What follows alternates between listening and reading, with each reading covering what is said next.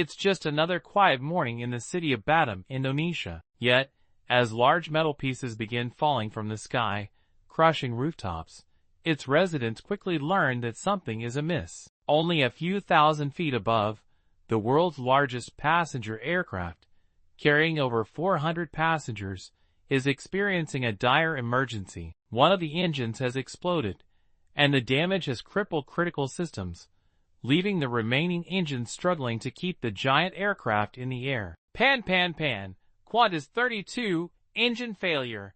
Number 2 engine, maintaining 7,400 feet, maintaining current heading. Stand by for instructions. The crew needs to return and land. But as more warning messages pop up, indicating a potential fuel leak and flight control issues, the stakes are higher than ever. Return right away, and they risk losing control of the aircraft before landing. Stay up in the air to test the aircraft systems and ensure full functionality, and they may lose too much fuel to safely make it back. A tiny defect caused a chain reaction. Now, over 400 lives depend on what happens next. This is the story of Qantas Flight 32. It's the morning of November 4, 2010. A Qantas Airbus A380, operating as Flight 32, is taxiing for departure at Singapore's Changi International Airport. Singapore is a scheduled routine stopover for this flagship Qantas route, originating in London. The aircraft is carrying a total of 440 passengers,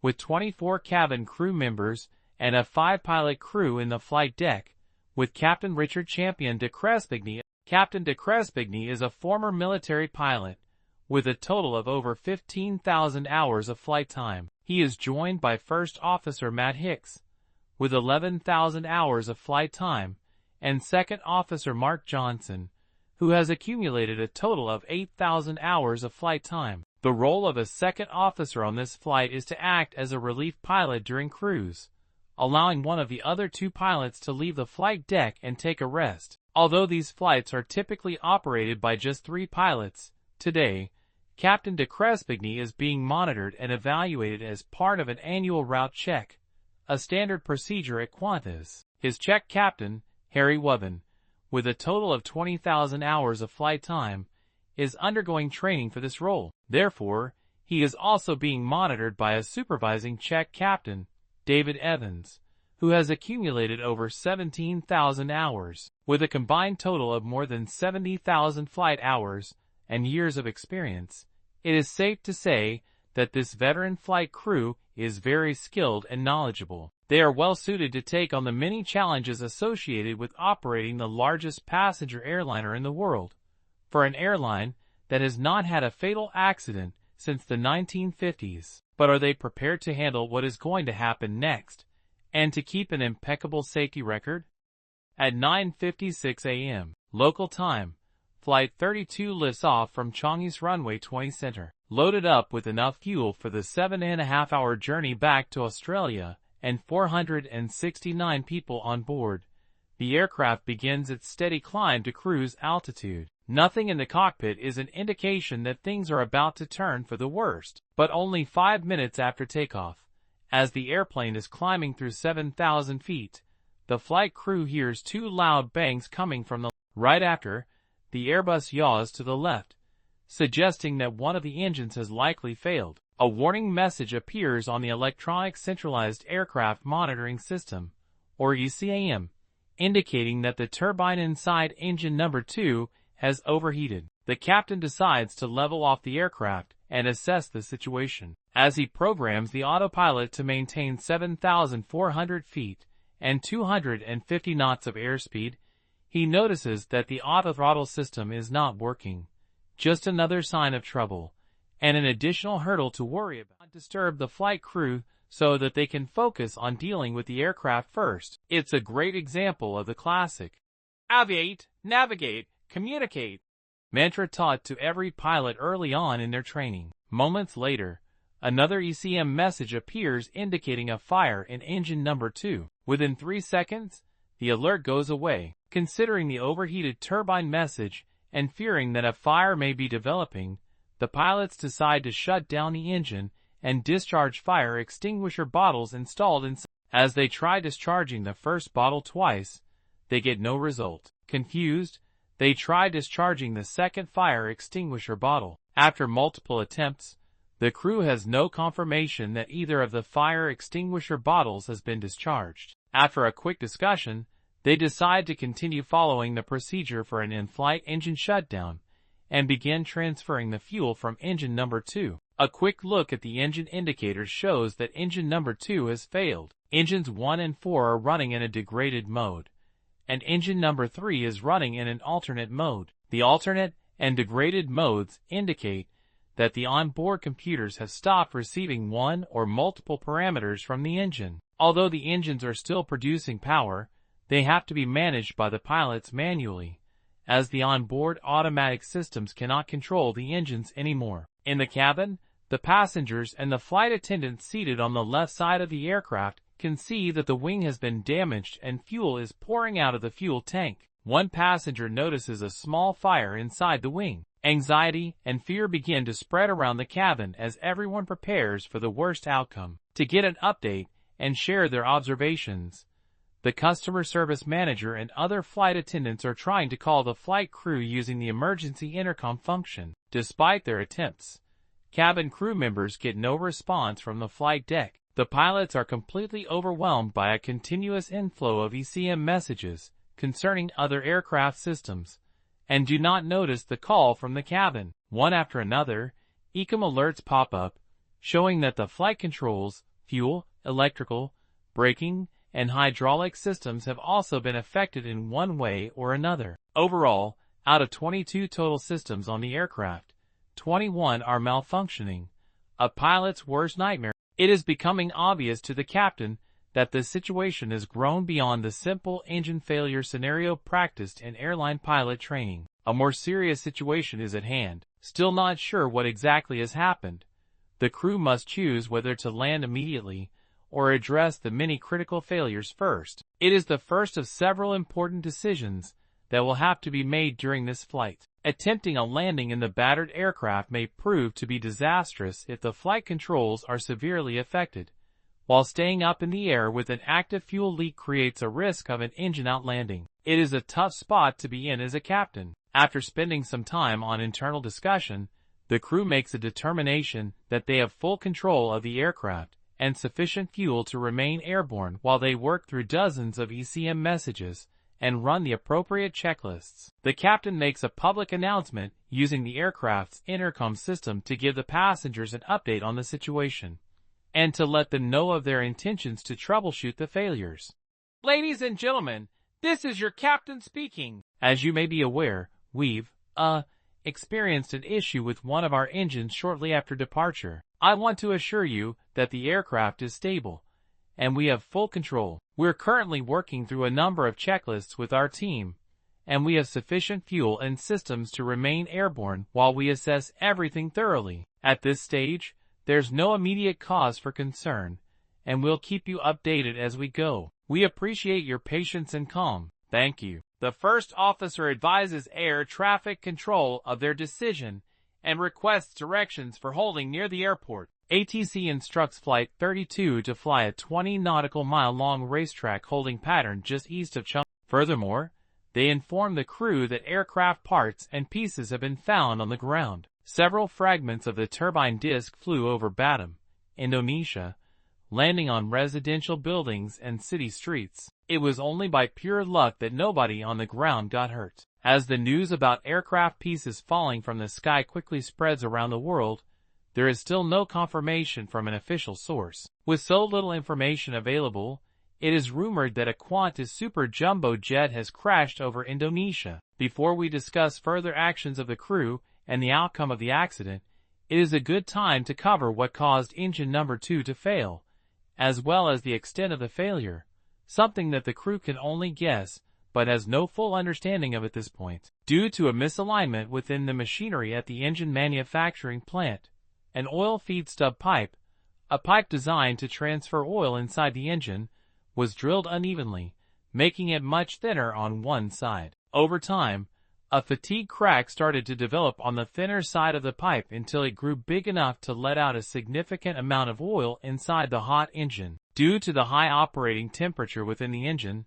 The oil spraying out of the oil feed pipe quickly ignited and caused an internal explosion, which was strong enough to break apart one of the turbine discs. Rotating at an extremely high speed, the fragments of the disc broke through the engine casing, puncturing the wing and the fuel tank near engine number 2 and cutting through the wiring laid out inside the wing. One of the hot fragments broke through the wing fuel tank and ignited the fuel vapors, causing a small fire inside the tank. The damage to the wiring caused the loss of monitoring of the fluid level system, pressure, and reservoir air pressure of the green hydraulic system, forcing the crew to shut it down following the ECM change. As a result, some aircraft controls were no longer operational. These included all wing slats, outboard ailerons on both sides, some landing gear brakes, and approximately half of wing spoilers. Although the crew also had to shut down half of the pumps powering the second hydraulic system, it remained fully operational, and aircraft flaps, elevators, and rudders were still working properly. Having entered the holding pattern east of Singapore, the flight crew begins the process of troubleshooting the failures and evaluating the condition of the aircraft. For the next hour, the pilots go through over 100 checklists that had been queued in the ECM since the failure, addressing one fault after another. In the meantime, the second officer leaves the flight deck to visually assess the damage to the wing. One of the passengers, a fellow Qantas pilot, shows the second officer a live feed from the tail-mounted camera available to all passengers via the in-flight entertainment system. The camera shows a large streak of fuel exiting the left wing, confirming the crew's suspicion of a fuel leak. As he approaches the middle section of the cabin to look outside, the second officer notices several holes in the left wing. Passengers seated nearby become even more concerned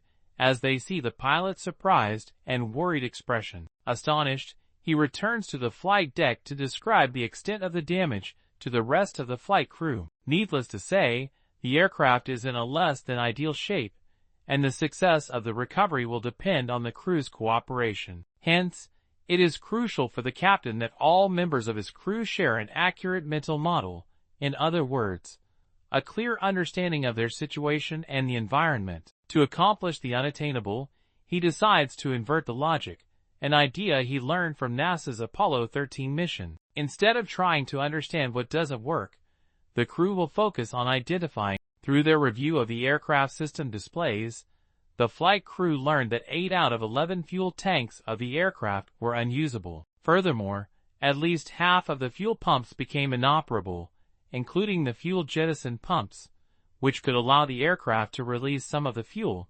reducing the aircraft's total weight and bringing it below the maximum landing weight. Although most of the fuel is now unusable, the crew determines that they have at least 5 hours of fuel available in the tanks to which they still have access. With the fuel problem out of the way, the next item on the agenda is the controllability of the aircraft. Although the crew is able to maintain level flight at this moment, the wing has been damaged, and the condition of the control surfaces is questionable. By having to shut down the green hydraulic system, and thus rendering some of the control surfaces on the wing inoperable, the crew is now facing a 65% reduction in roll control, or the ability to bank from side to side. Control malfunctions are a possibility for which military pilots train in case their aircraft gets hit by a missile or experiences a mid-air collision. Relying on his Air Force background, Captain Drespini decides to conduct a control check of the aircraft. Before a landing attempt can be made,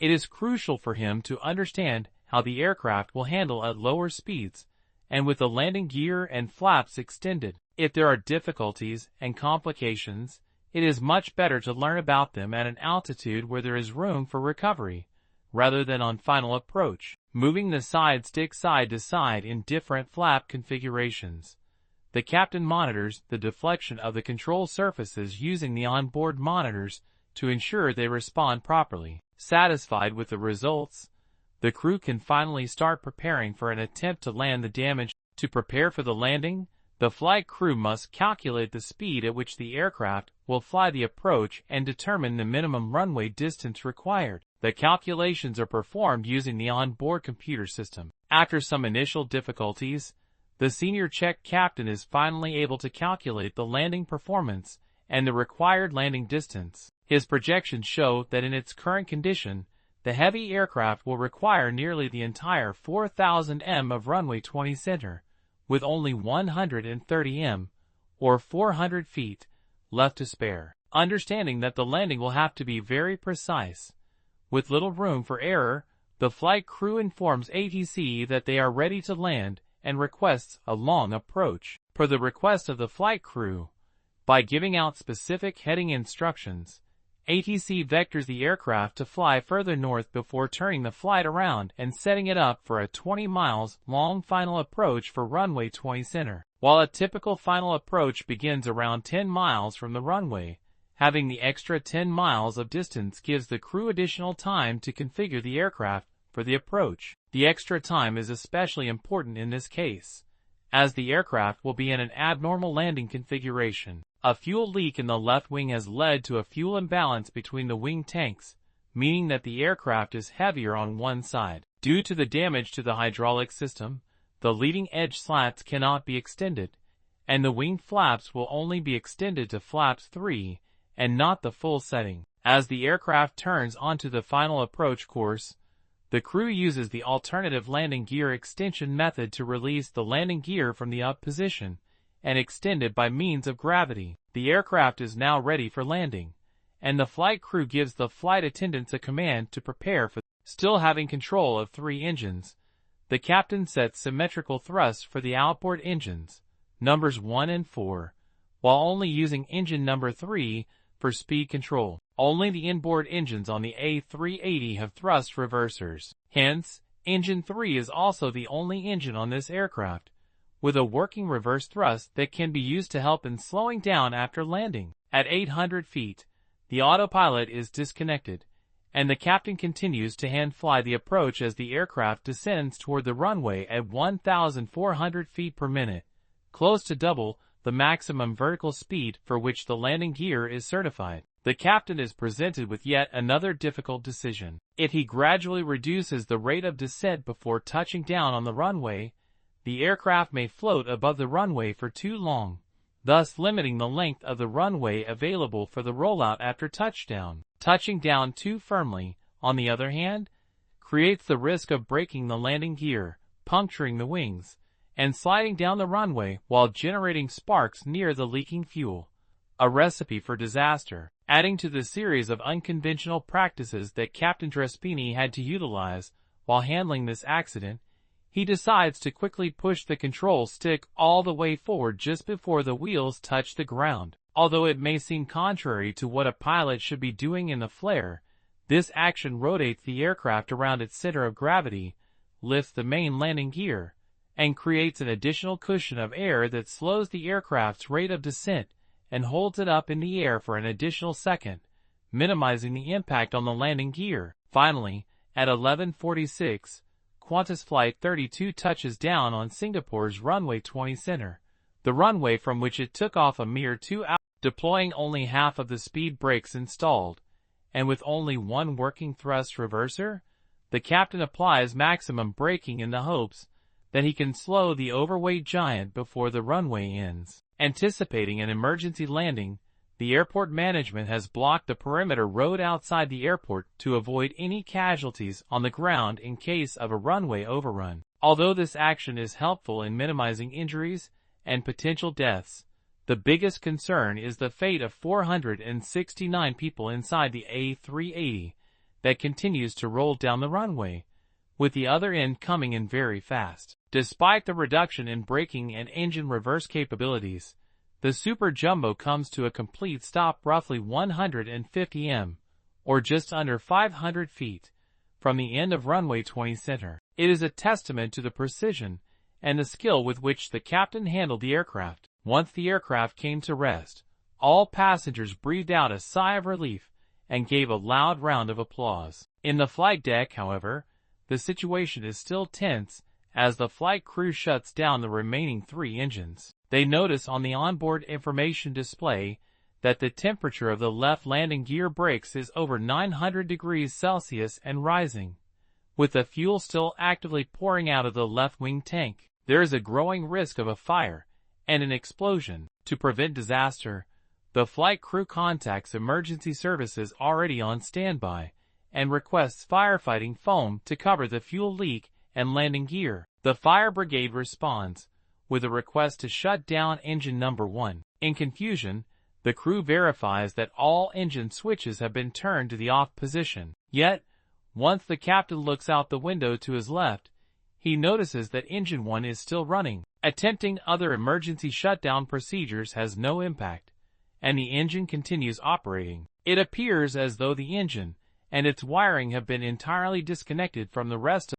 Knowing that the fire crew has covered the fuel leak with foam and poured water over the brakes to cool them down, the captain assesses that the risk of explosion is reduced and there is no need for evacuation. Shortly thereafter, passengers begin disembarking using the stairs provided by the airport. While the passengers vacate the aircraft, the flight crew continues making attempts to shut down the last working engine, including pulling circuit breakers to cut off electrical supply to various aircraft systems and reconfiguring the fuel system in an attempt to stop the supply of fuel to the engine. Nothing proves to be a success, and the ultimate decision is made to drown the engine in foam and water by continuously spraying it into the engine. More than 3 hours after landing, at 2:53 p.m., the last running engine on Flight 32 is finally shut down. Crisis averted. Following the events of Flight 32, Qantas grounded the entire A380 fleet for close to 3 weeks until the cause of the uncontained engine failure was identified. Fearing that other aircraft may have been affected, Rolls-Royce, the engine manufacturer, instructed all operators to inspect engine turbines for evidence of oil leaks before the next flight was completed. Furthermore, a long-term solution proposed by Rolls-Royce included a software update with the addition of an intermediate pressure turbine overspeed protection system designed to monitor the speed of the turbine disk and shut down the engine before the critical speed is reached. The story of Qantas Flight 32 is a demonstration of how even small errors in the design and manufacturing process can snowball into devastating results. Captain de Crespigny's quick decision-making and extensive knowledge base were instrumental in addressing the issues. As in one of the post-accident interviews, he rightfully stated that we must commit to a lifetime of learning, a solid piece of advice that is applicable within and beyond the aviation industry.